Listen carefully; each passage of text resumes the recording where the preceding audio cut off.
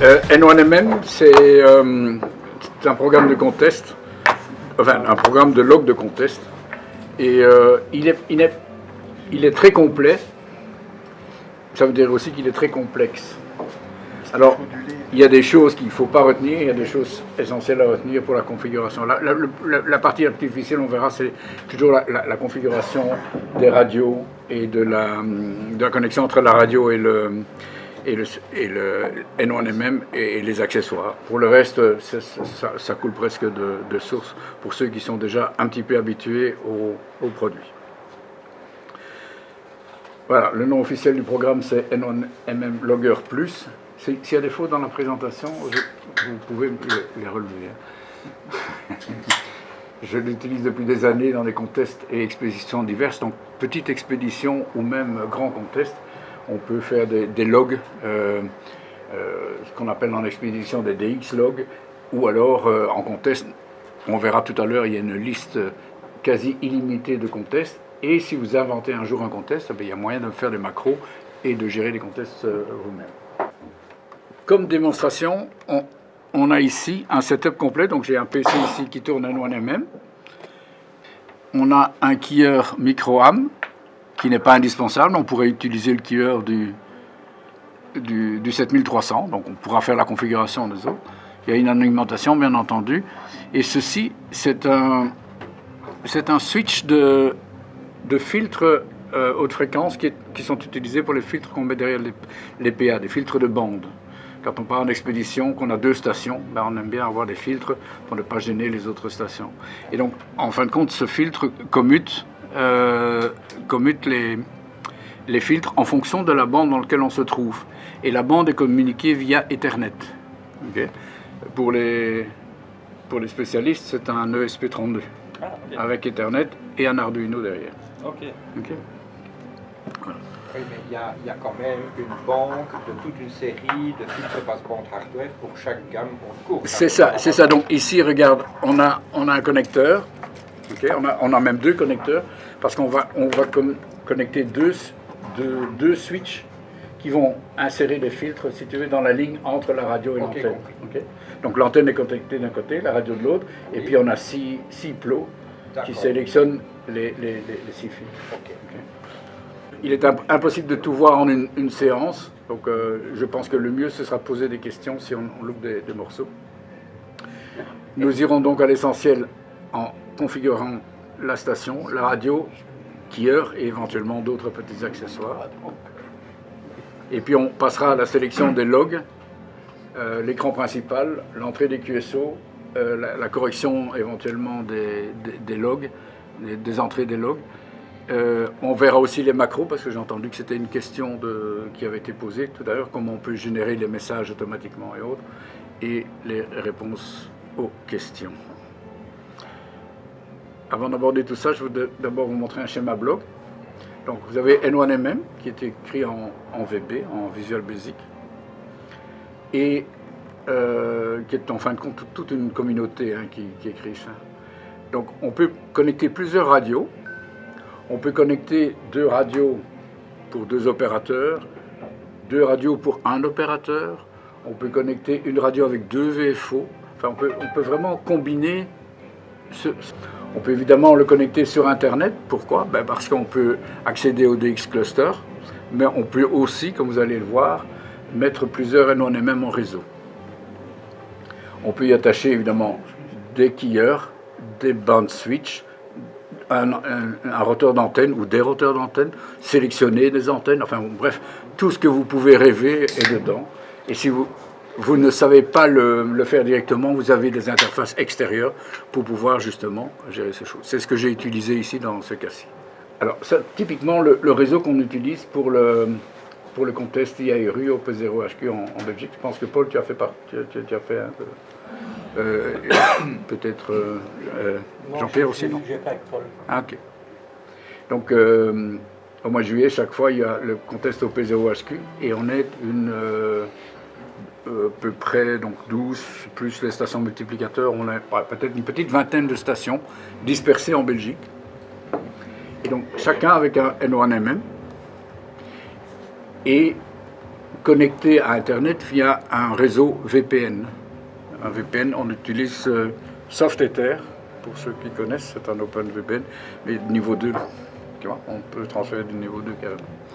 Et donc, on échange vraiment des paquets très courts entre les stations, ce qui fait que quand je fais un QSO, je suis à Malines par exemple, je fais un QSO, celui qui est à Bruxelles voit le QSO qui est fait. Hein, donc, et on peut travailler par bande ou avoir des stations multiplicateurs et les logs sont automatiquement consolidés. Si on perd la connexion, au moment où on redémarre le N1MM, il va synchroniser tout seul. Donc, tout ça et donc tous les logs sont synchro. Donc on ne perd jamais un log dans ces conditions-là. En général, on a même une station qu'on appelle master auquel on ne touche pas, qui est aussi dans le réseau et qui est vraiment à un endroit sûr avec une connexion Internet fiable. Okay. Alors, c'est un programme de gestion de log contest, il est gratuit, donc vous pouvez le télécharger. On peut en faire un logbook, un programme de logbook, mais c'est pas vraiment fait pour ça parce qu'il manque pas mal de détails dans le logbook. On supporte de nombreux contests, hein, tous les contests UBA, ON Contest, UBA-CE, SSB, tout ça est dedans. Tous les contests de tous les pays sont quasi dedans. On supporte énormément de radios, vous allez voir toute la liste de radios qu'on peut supporter. Pas facile de s'y retrouver. Donc la structure des bases de données, on utilise donc SQLite, performant, léger. Les logs sont stockés dans une base de données. Si on opère plusieurs indicatifs, on peut gérer plusieurs bases de données, bien entendu. Hein, si je fais le contest avec OP0HQ, je mettrai OP0HQ comme nom de base de données. Ou sinon, chez moi, par exemple, j'ai deux indicatifs, j'ai OR5O et ON5O. J'ai une base de données pour OR5O et une base de données pour ON5O. Un des aspects, parfois, des difficultés rencontrées, c'est de bien choisir le bon log dans la bonne base de données. Hein. Avant de chaque contest, il faut bien préparer son N1MM, regarder si tout fonctionne. Hein, si on veut commencer rapidement et à l'heure, on vérifie si les connexions avec le TX, avec le keyer, avec le système de voix, avec l'Internet, si tout ça est bien préparé. Alors, il y a une documentation très complète, et j'en ai trouvé une qui était pas mal faite sur ON5V d'ailleurs. L'essentiel des paramètres notamment, c'était assez bien fait.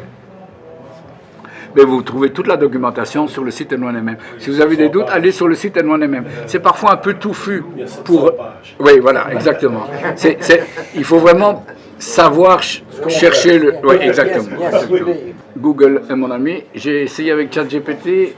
Il a trouvé des choses, mais parfois il répond complètement à côté de la plaque. Donc voilà. Donc ça, c'est l'écran tel qu'il est quand vous travaillez en contest. Je vais essayer de bouger un tout petit peu ceci. Voilà.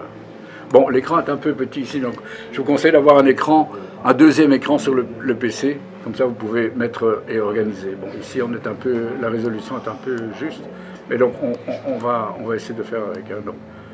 Ça, c'est la fenêtre principale. Donc, il faut vraiment, c'est là que tout va se jouer, et en commençant par File ici. Donc File, c'est l'endroit où on va choisir les bases de données. Ne confondez pas, donc il y a la base de données, et on peut en créer une nouvelle ou en ouvrir une existante, et les logs, on peut créer, je ne le vois pas, créer un log. Ah oui, on peut créer un log dans la base de données ou en ouvrir un existant. Ici, le log courant, la base de données s'appelle ZB3BU, c'est celle que j'ai utilisée à Gibraltar dernièrement, et le log s'appelle, c'est un log DX. Alors si je fais ceci, il est ouvert de l'autre côté, je vous l'amène, voilà. Donc c'est un DXpedition log, simplement. Donc c'est dans lequel on fait... donc c'est spécialement pour quand on fait une DXpédition, on a juste à mettre quoi? Vous le voyez ici, juste en dessous, je mets juste l'indicatif, le rapport reçu et le rapport émis. C'est tout ce que j'ai besoin pour la DXpédition. Okay.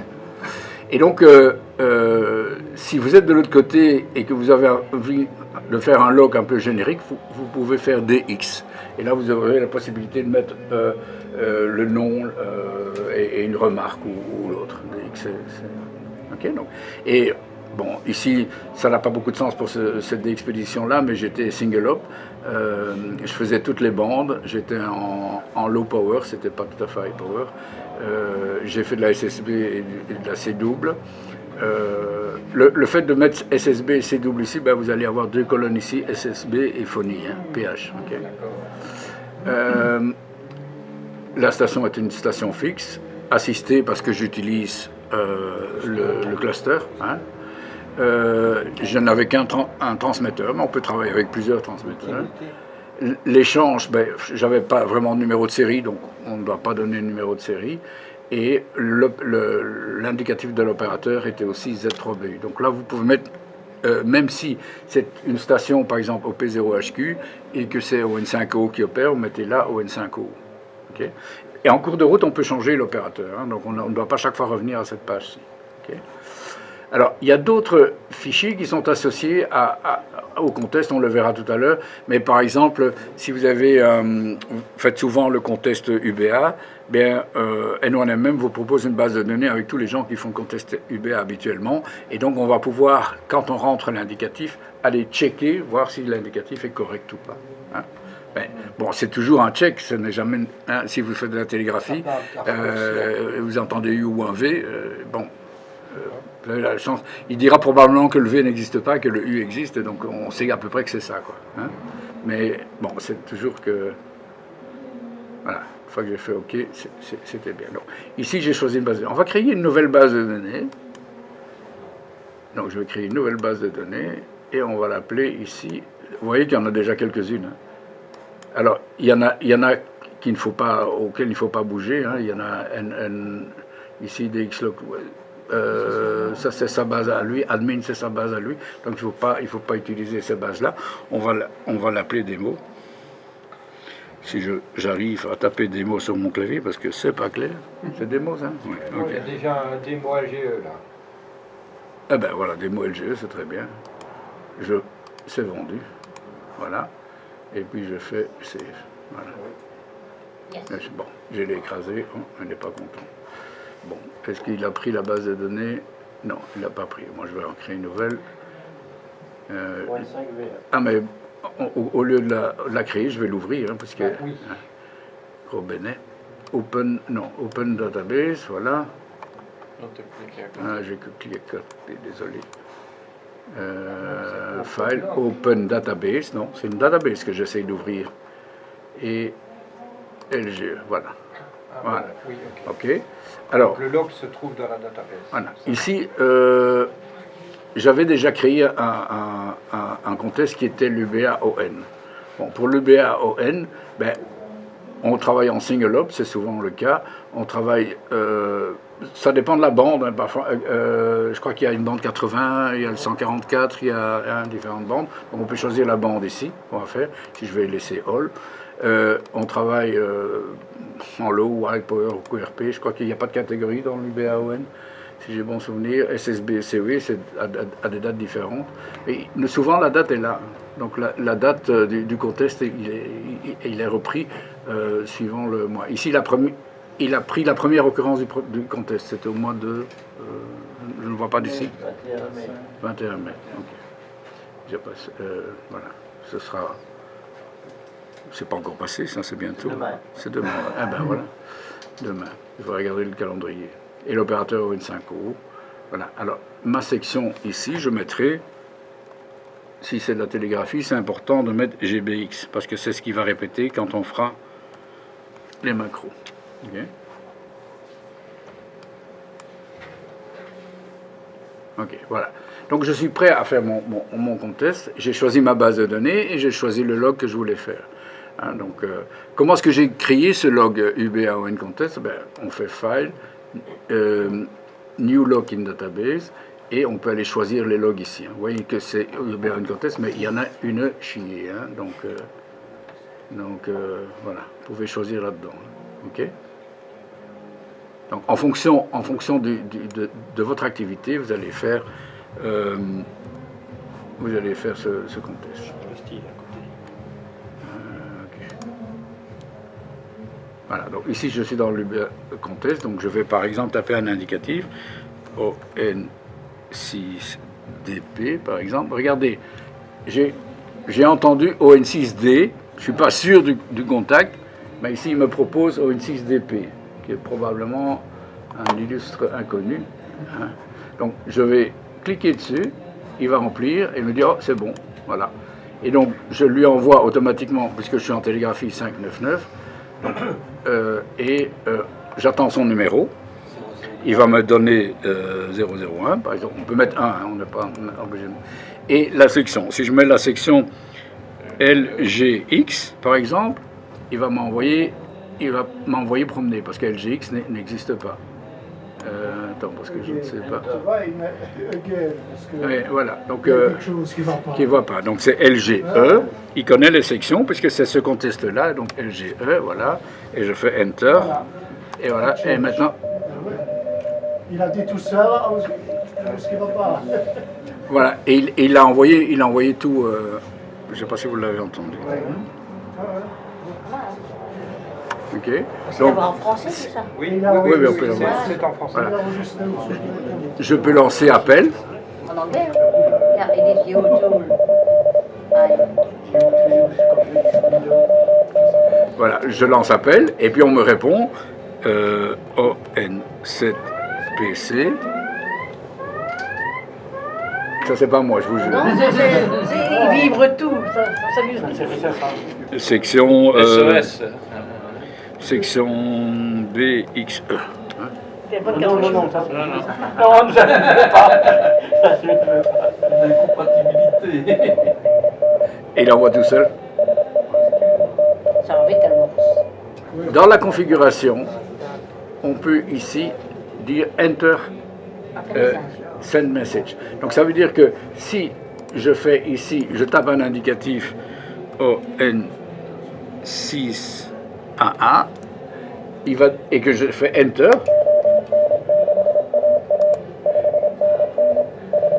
il envoie 3.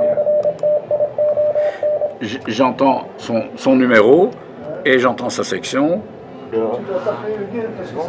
Ah, voilà. Oh, je- Comment est-ce que tu as eu le HOB? Ah, parce que je l'ai entendu. Hein. Ah, Tu vois, et automatiquement, il répète déjà l'appel suivant. Comment est-ce qu'il fait pour appeler? Ça, c'est justement les macros qu'on voit ici. Donc, ici, à chaque bouton, hein, on peut répéter le dernier échange, par exemple.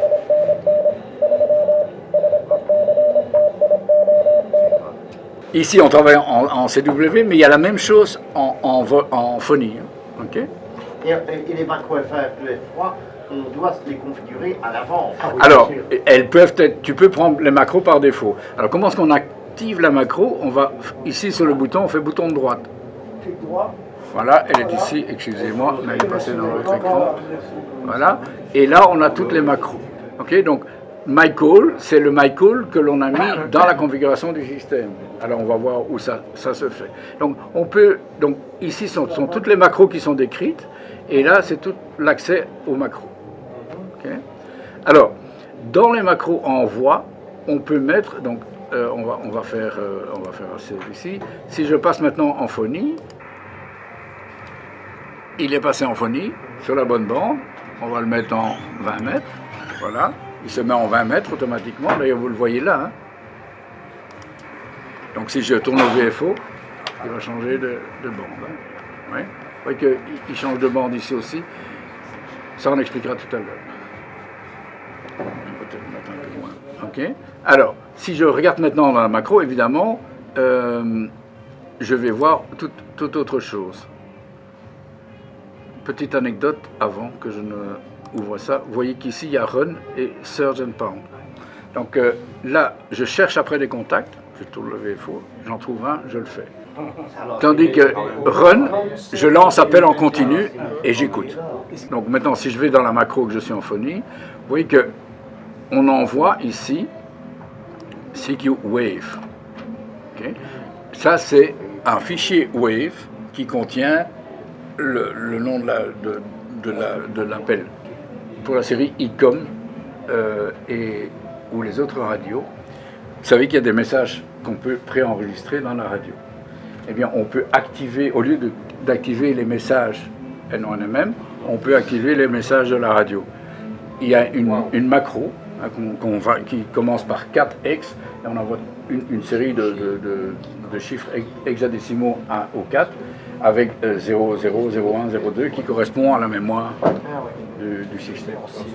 Alors, en fin de compte, vous avez deux types de macros. Vous avez les bleus et les vertes. Les bleus, c'est pour quand on est en run, et les vertes, c'est quand on est en SP. Il y a quelques fonctions qui sont vraiment intéressantes. Si je tape un indicatif que je me suis trompé, je peux faire Alt-W pour wipe. Voilà, et on efface tout. Okay. Donc, on a vu la partie file, hein, où on verra aussi les exportations tout à l'heure. Hein, on peut exporter les fichiers dans les différents, une fois que le contest est fait, mais ça on le verra tout à l'heure. On a vu le mode edit. Hein, on peut aller éditer les contacts. On peut aussi, hop là, où est-ce qu'il est passé? Mon écran, il est là.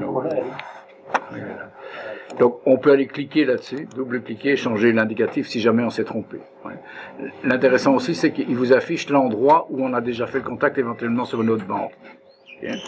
Donc si j'avais fait cette PC ici sur une autre bande, je le verrai ici. Alors en général, si vous avez des dupes dans les contests, vous le mettez, hein, tant pis. Quand vous allez vite, vous le mettez. Donc là je me suis trompé, je fais Alt-W. Et j'efface. Okay. Alors, donc ici on peut éditer toutes les zones. Hein. Si vous avez trompé de rapport, ben, vous pouvez faire ça, et aller cliquer et changer le rapport. Okay. La même chose pour la section dans ce cas-ci. Hein. Donc on peut aller changer la section. Okay. Double-cliquer sur la zone et c'est bien.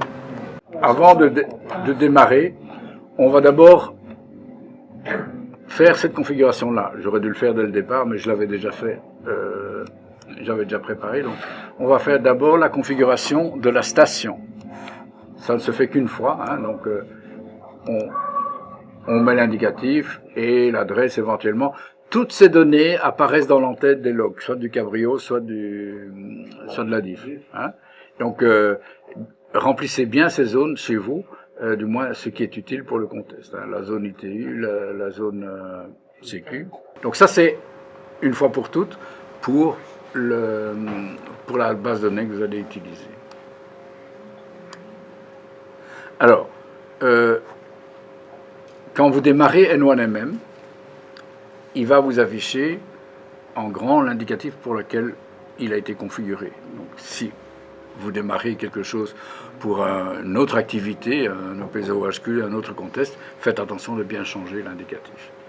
Okay. Alors, le gros morceau, c'est ici.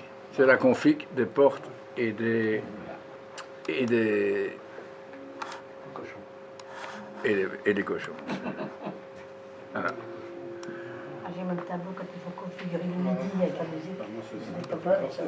Une fois que c'est fait, c'est fait. Oui, voilà.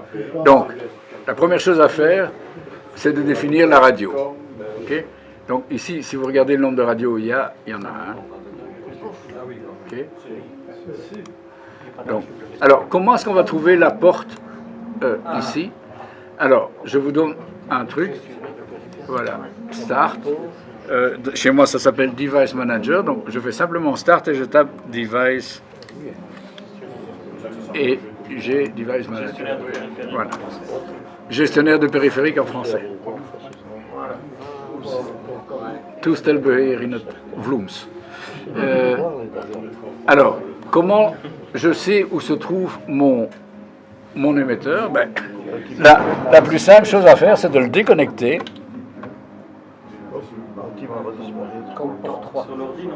Voilà, il n'est plus là, donc seule la porte comme 5 reste. Je remets le TX et apparaît la COM 3. Donc je suis sûr que l'émetteur est sur la COM 3. Qu'est-ce qu'il y a sur la COM 5? Ben, c'est le... Mais pour les nouveaux émetteurs, il faut qu'il y ait une sortie USB à ton émetteur. Pas nécessairement, parce que ici on a par exemple, je vais vous connecter un device d'un autre temps. Hein. Il y a un mauvais contact dedans. Ah, voilà, voilà. Voilà, Il suffit d'attendre. comme 4. Ok. Donc, Pierre a fait un montage ici, comme 4. Et qu'est-ce qui fait ce montage? Eh bien, il sort sur une RS232 traditionnelle. Je vais vous montrer ça, j'ai ça dans la présentation. Alors, ça, c'est typiquement l'interface que Pierre a. Donc, c'est un connecteur DB9 dans lequel on utilise, en fin de compte, on utilisait ça dans le temps pour les modems classiques. Hein. On appelait avec le téléphone, et puis la connexion physique entre les modems se faisait. Et qu'est-ce qu'on avait? La première chose qui apparaissait, c'était ce qu'on appelle le carrier. Hein, carrier detect. On avait le carrier detect qui venait du DCD vers le computer. Okay. L'autre il dit, oh, ok, moi maintenant, tu m'as envoyé un carrier detect, je l'entends très bien. Et puis il dit maintenant, moi je suis ready. Donc, ça c'est notre côté à nous, ce côté-ci. DTR, c'est un signal sortant. C'est un signal sortant qui va dire à l'autre, je suis prêt. Et l'autre va répondre, ben moi aussi, dataset ready. Hein, donc, le terminal est prêt, le modem est prêt. Alors, il y en a un des deux qui va dire, je veux t'envoyer des données request to send, c'est un signal sortant. Et l'autre va répondre, tu peux y aller, clear to send. Et il va envoyer des données. Okay. Ici, c'est RI, c'est ring indicator, donc c'est comme le téléphone sonne, il décroche, et puis en fin de compte, ce qui nous intéresse dans ce cas-ci, dans le seul cas du killer ou autre, c'est ces deux signes-ci. Et on va d'ailleurs les retrouver. Et Le 5. Et donc ces deux signes-ci vont pouvoir être utilisés. Par exemple, si j'arrive à moduler ce signal en fonction de la télégraphie, ben je peux faire la télégraphie autrement. Si j'arrive à moduler ce signal par software pour faire la RTTY, ben je peux faire la RTTY. Je peux aussi peut-être faire activer un PTT avec RTS par exemple. Donc ce sont deux signaux qu'on va utiliser dans l'interface pour pouvoir faire ça. Et on va retrouver ces signaux dans N1MR. Donc on avait vu que la porte Pierre c'était 4. Je ferme. Et ici, la COM5, j'ai configuré un device pour faire la télégraphie, CV. Mais ça pourrait être un device pour faire la RTTY ou autre chose, hein, mais dans ce cas-ci, c'est pour la télégraphie. Et on va faire un set et on va voir ce qu'on a fait. Et on a sélectionné simplement WinKey. WinKey, c'est un boîtier qu'on peut construire et autres. Et celui-là, il émule un WinKey, tout simplement. Et donc, j'ai créé une COM5 dans le software pour pouvoir en faire un WinKey. Bon, maintenant, si je n'ai pas un WinKey, j'ai besoin d'autre chose pour faire la télégraphie, hein, pour automatiser mon programme même. Et donc, je vais décider d'utiliser autre chose. Dans ce cas-là, qu'est-ce que je fais? Cancel. Je vais dire, je n'utilise plus le WinKey, mais j'utilise la COM. Ah oui. Donc, petit détail ici, comme on a redémarré le système, on a inséré la COM avant que on ait, je ne pense pas qu'il la verra peut-être. Voilà, il la voit maintenant, la COM 4. Voilà. Donc, petit réflexe, hein, donc vous pluguez un device alors que vous êtes déjà dans l'écran de config, il ne le voit pas. Il faut sortir de l'écran de config, plugger le device et revenir, parce que sinon il ne va pas le voir. Ok? Voilà. Maintenant, je fais un set et je dis, mais non, c'est plus un WinKey, mais je veux faire de la télégraphie avec quoi? Avec le DTR ou avec le RTS? Alors, dans ce cas-là, on fait RTS, c'est CW. Voilà. Et le... Est-ce qu'on... C'est DTR, hein. Il faut utiliser DTR. DTR? DTR, la pile 4. Ok, alors on enlève celui-ci et on met off. Voilà. Okay. Normalement, on va faire de la CW avec la pin 4, en fin de compte, qui est le fameux signal DTR qui sort, que Pierre a configuré dans son... Voilà. On va voir si ça marche. Hein.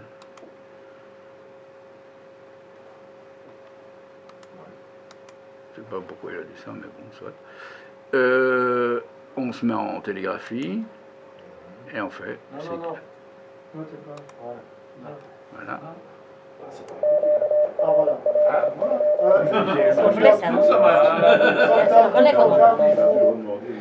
Avec celui de Pierre, il faut rebooter. Et donc voilà. Il faut fermer et remettre. Non, c'est la télégraphie. Alors, Vous voyez, on est en mode sécu, et vous voyez la petite flèche ici? Oui. On est en mode repeat. On peut escape, enlever. On peut faire un contrôle R. Et alors ça, c'est la vitesse à laquelle on va répéter le message. Alors, toujours dans la configuration, on repart. Donc, qu'est-ce qu'on a vu dans la configuration? Vous pouvez mettre une radio. Bon, ça va dépendre de votre radio, de la com sur laquelle on se trouve. Je vous ai montré comment il fallait la trouver. Il y a maintenant d'autres choses. Alors, on peut, quand on envoie un numéro de série en télégraphie, hein, on peut envoyer les lignes 0. Donc j'envoie ta ta ta ta ta ta ta ta ta ta ta ta. On peut aussi envoyer les shortcuts, c'est-à-dire un N pour 9, A pour 1, Tic-tac, tic-tac. before NQSO. Ça veut dire qu'on envoie le call complet avant la fin du QSO, que le correspondant aura son call qui reste. Ah oui, pour être sûr que c'est le bon. Alors, cette partial call, vous pouvez commencer à taper au N5, vous faites Enter, il envoie déjà au N5, pendant ce temps-là, vous dites tiens, c'est au N5 euros, vous tapez l'euro, et puis il va le faire. Donc, il va déjà envoyer le début de l'appel pendant que vous tapez. Oh là là. Ça peut gagner des demi-secondes. Ah oui, Et alors, Ah oui, on va quand même. voir, De raccourcir il des va voix. peut-être répéter parce qu'il n'a plus Non, mais en principe, vous êtes en train d'écouter un indicatif et vous savez que c'est au N6DP et vous voulez déjà vite répondre. Donc, vous avez compris que c'était au N6DP, je tape ON, j'envoie 6DP et le système va l'envoyer automatiquement. Ça, c'est le switch des antennes. Ah oui, une chose que je n'ai pas dite, mais ici, vous voyez le heading, le long path et le short path. Hein. La direction d'antenne. Et le nombre de kilomètres que vous avez fait. Okay. Et alors la zone dans laquelle on se trouve. Et donc ici, en fonction de la bande, ben, on peut switcher les antennes. Si on a un switch d'antenne, on peut faire ça. Okay. Alors ici, score reporting, ça on peut mettre ici l'adresse d'un serveur web. Et il va aller, on fait ça pour OP0HQ, on a un serveur web quelque part, et il va aller inscrire les scores en temps réel. C'est un peu ce que tu as utilisé pour... ok. Et il y en a des prédéfinis, et il y en a d'autres qu'on peut définir, je pense aussi. Alors, broadcast.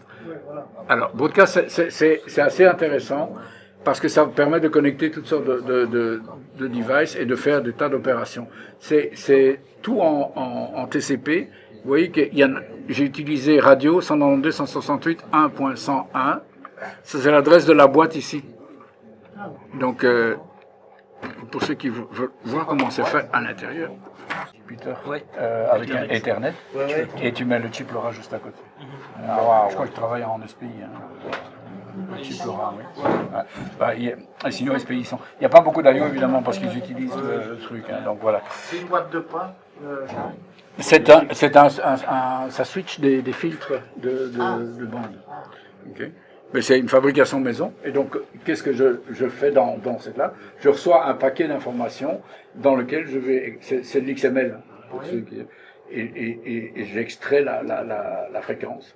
Et de la fréquence, je fais une bande. C'est assez simple. C'est du code Arduino, hein, c'est rien d'autre. C'est Jean-Pierre. Jean-Pierre te pose cette question-là. J'ai tout configuré avec mon émetteur, Qu'est-ce que je fais pour faire des QSO? En folie? Eh ben, je me mets en folie, là. Voilà. Sur quelle bande? 40, 80? Voilà, je vais changer. Et voilà, on enregistre les QSO. Maintenant, ça dépend du type de contexte que tu fais, ou si tu veux faire des logs pour toi, tu te mets en mode log. C'est surtout, de toute façon, on va l'utiliser pour le fielder. Alors, pour le fielder, on peut faire l'exemple, on peut faire l'exercice file, new log in database démo. On va utiliser le fielder. Alors, c'est IRU fielder. C'est FD IRU, je crois. quelque chose. FD Region 1. Region 1, FD Region 1, ouais. Voilà. Voilà, c'est celui-là. Voilà. Tu choisis FD Region 1. Ouais. Ok. Voilà. Voilà. Tu mets le nom de l'opérateur, dans quel mode il travaille. Normalement, c'est jamais assisté. C'est une station fixe, non, c'est une station portable. Tu travailles en SSB, en SOS double, ça je ne sais pas. All band, oui, on peut dire all band. C'est restricted. Oui. Si c'est restricted, ouais. Non, il n'y a pas de restricted en. Non, pas enregistrant la chef, Paul. En ces temps, tu es restricté. Ok. Non, là c'était... Alors ici, vous avez la date du contest. Alors ici, Paul, regarde ici, dans la macro, j'ai fait ceci. J'ai fait CQ. Attends, tu vas avoir La virgule, elle est là. CTRL V. Et ça, c'est une macro qui va bien, qui va appeler la mémoire 1. Par contre, je dois changer, c'était 90, combien 94 94, oui. Putain, c'est chiant ce clavier, il n'est pas éclairé. Par hasard, elle est 94. Alors, si on utilise 4 dans ce cas-ci, donc la commande 4, dans ce cas, au lieu de faire Wave, ici on utilise la commande 4, donc ça c'est une commande qui va partir directement vers l'ICOM, et c'est la mémoire de l'ICOM qui va jouer là-bas. D'accord, ouais. Mais les fichiers web, là, ça ils sont stockés sur la... Ah, ils sont stockés sur le PC. Sur le PC. Oui, oui. Ah, j'avais compris, je pensais que c'était sur la carte. Non. Ils sont stockés sur le PC dans le répertoire dont le nom correspond Voilà. À l'opérateur. à l'opérateur qui a CTRL-O mis son indicatif. Alors, où sont les répertoires d'N1MM? C'est important, je vais vous les montrer, c'est très facile à trouver. Un tas de codes en examen, là, où est-ce que tu allais pêcher ça? sur ton autre écran. Dans le manuel de ton ICOM. Dans le manuel. tu as. Oui, Les alors, commandes série. C'est une d'accord. commande non, série. mais j'étais le chercher ça va. sur N1MM, hein, vous tapez macro N1MM ICOM, il va le sortir. Alors, ici, dans Documents, hein, vous allez trouver N1MM Logger, et là vous avez tout. Donc, alors, quels sont les waves, hein? Ici, vous allez, ce sont les letter files, ok. Ici, si vous créez par exemple, un ON6DP, un répertoire ON6DP, et Paul peut enregistrer toutes ses voix dans le répertoire ON6DP, et quand il changera d'opérateur 6DP, ben, ce sera ceux-là qui seront joués. D'accord. Okay. On va revenir à nos moutons ici. Et ça, ce sont les fichiers Wave. Les User-Defined Contests, c'est là qu'on va pouvoir aller définir des types de contests qui ne sont pas dans la liste. Il y a des tas de gens qui ont écrit des macros pour ça. Ce sont des fichiers UDC. Vous chargez le fichier UDC, User-Defined Contest, là, dans ce répertoire-là, vous relancez N1MM, et vous allez le trouver dans la liste des contests. Okay. System file, pas vraiment intéressant, je ne crois pas. De l'expédition. Ah oui, ça. attends. Bon, ça c'est pas. Story file, ça c'est pour envoyer les Non, ça c'est les exported files. export. Voilà. Ouais. Donc par exemple ici on a un log. C'est un log, c'est un cabrio ça. Oui. Ok. Donc oui, ça c'est un log qui a été fait avec toutes les informations qu'on a mis dans la configuration du contest. Hein. Okay. Et l'indicatif de la station qui est dans la configuration de la station. Et l'opérateur, normalement ici, je ne sais pas s'il est repris, non. Et voilà, ici, l'opérateur est repris ici. Dans certains contests, il n'est pas repris. Mais alors, visiblement, là, on n'a pas changé d'opérateur. C'est tous les 4 PHI. Ok. Il y a Donc, moyen d'avoir aussi une évaluation du score. oui. Ouais. Oui, ça, on va terminer ici. Donc, les bases de données sont ici. Hein, donc là, vous avez toutes les bases de données que vous avez créées. N'effacez rien là-dedans. Hein, ne touchez pas à ça, sauf si vous avez un doute. Il y a un fichier qui est le transaction file et qui permet, je ne sais plus, hein, peut-être qu'il est dans database. Ouais, transaction file. Ici, vous avez si par hasard un jour vous crachez complètement votre N1MM, la DB, hein, vous pouvez reconstruire la DB à partir de ce fichier-là. QSO Recording, ça c'est là où on peut mettre les enregistrements. Vous pouvez enregistrer les QSO. On termine un feeder. On a encodé pendant 24 heures 5000 QSO. Avant de fermer le programme, est-ce qu'il y a une précaution élémentaire Oui. à faire? Oui, je vous conseille de backuper la base de données, hein, de mettre la base de données sur un et de faire un export du fichier. Bon, ici on va le faire ici. File. Je vais faire un export. Ok. To a diff file. Voilà. Et vous voyez qu'il va se mettre dans un N1MM Logger export. D'accord. Ok. D'accord. Dans ce cas-là, on va faire save.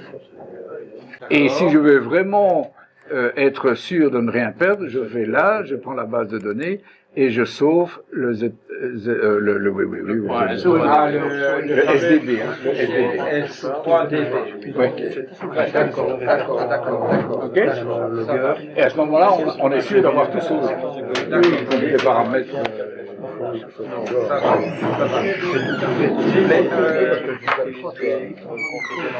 À la limite.